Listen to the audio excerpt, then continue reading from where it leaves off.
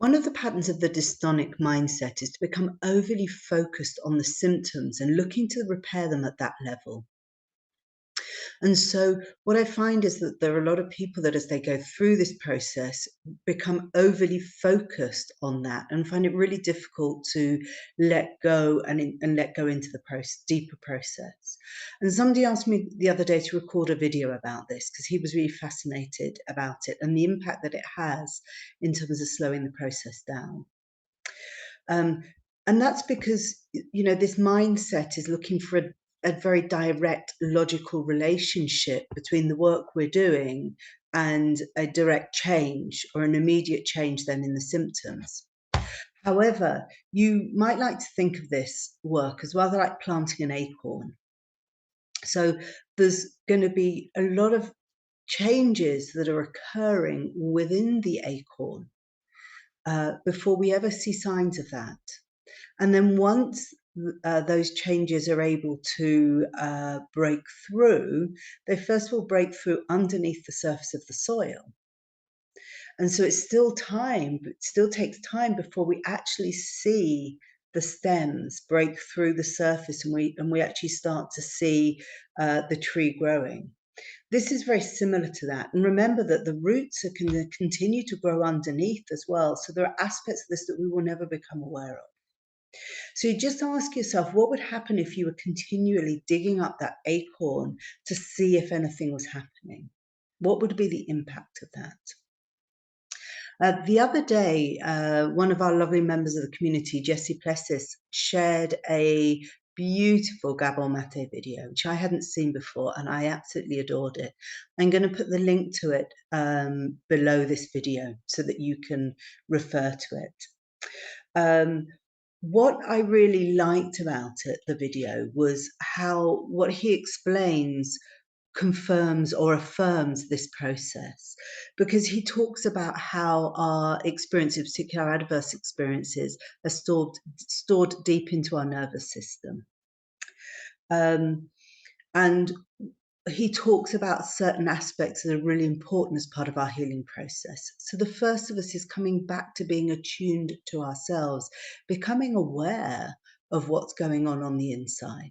We're often really actually just not aware of what's going on the inside at a physical level, let alone an emotional or a mental level. We just get hijacked by it. And there is no consciousness there around what's going on. So that really affirms the importance of the attunement repair exercise, where we're not looking for a change out of the attunement repair exercise. Now, that doesn't mean that changes won't occur. There are some people that notice changes right from the beginning of the process. But it means that we're letting go of our expectation of seeing a change, because the attunement repair exercise is just about tuning back to yourself.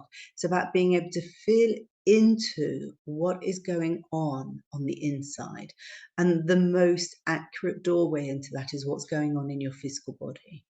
Where did your body hold well-being, flow, openness? And where does it hold constriction and tightness and closeness, tension?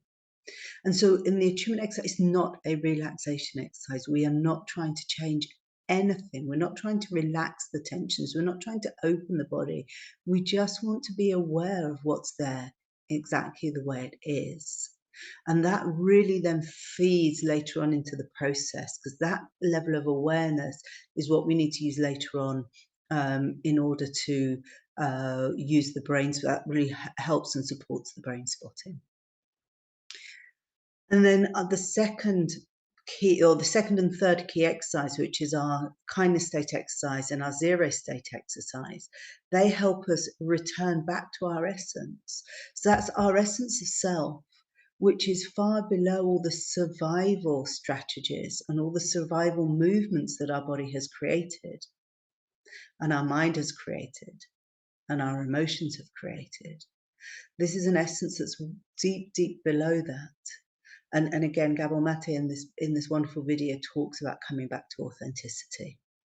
So those are the powers of those exercises. We're not necessarily looking for any change in the dystonia at this point, but we are looking to really build the foundation of where the healing can come from.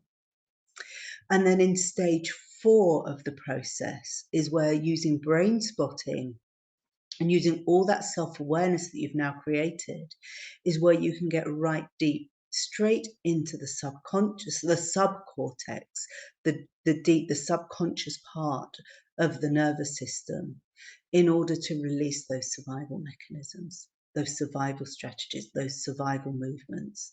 And as they become released, that's when we can start to expect to see some changes in the body, some changes in the dystonic symptoms. And that's where we're working. If we start to put our attention on the outside, right, if we start to put our attention on the symptoms rather than the causes, all that happens is we slow the process down. So if we're over focused on the symptoms, the information that our deep brain needs to recognize that something's going wrong, it doesn't receive.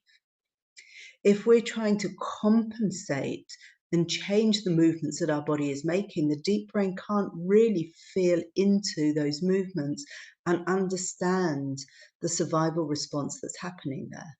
It's not a logical understanding like our logical mind understands, it's a deeper understanding. So as a result, it just slows the process down. So that if we want to think of the overall arc of the process that we're working with this method, the first one is to just become aware. So that's the attunement repair exercise, to really become aware of what's going on the inside.